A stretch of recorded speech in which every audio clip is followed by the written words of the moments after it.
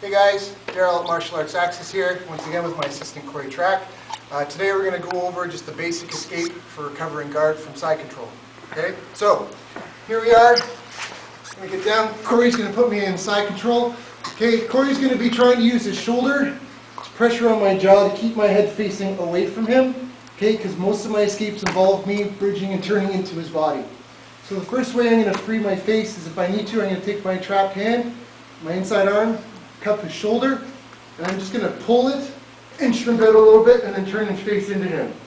Now once I've done that, my inside arm, I don't want him to trap this arm out like that with his knee, so I'm going to put my elbow to the mat and just brace my arm against his hip, okay? I'm just not pushing, I'm just holding that there for now. So, now the way Corey's pinning me down is his body is teed over top of my body so he can put his weight against my chest. To undo this so I can move, I need to get his head to the same side as his hips. I'm going to do that by pushing with my foot through my arm and above his ear, not into his neck, but above up on his head, okay? So I'm going to bridge and push, and now I'm going to jump away. Now, sit up, Corey. This arm is going to stiff arm his hip so I can keep this distance.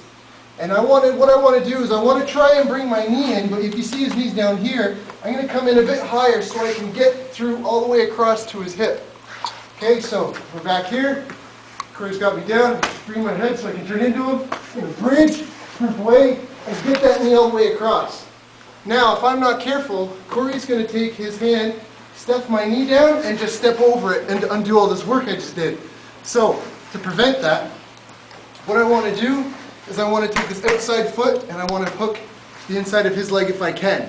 So now if he tries to run this way, it prevents him. He just can't get around, and I can kind of at least fight to get to half guard. Okay, so we're here, got this trapped, and I've got his foot trapped. Okay, now, to also prevent him from stuffing my knee, I can come under his arm and go with a gable grip, no thumbs, okay, on his elbow, and I can stretch that out so now he can't attack that knee.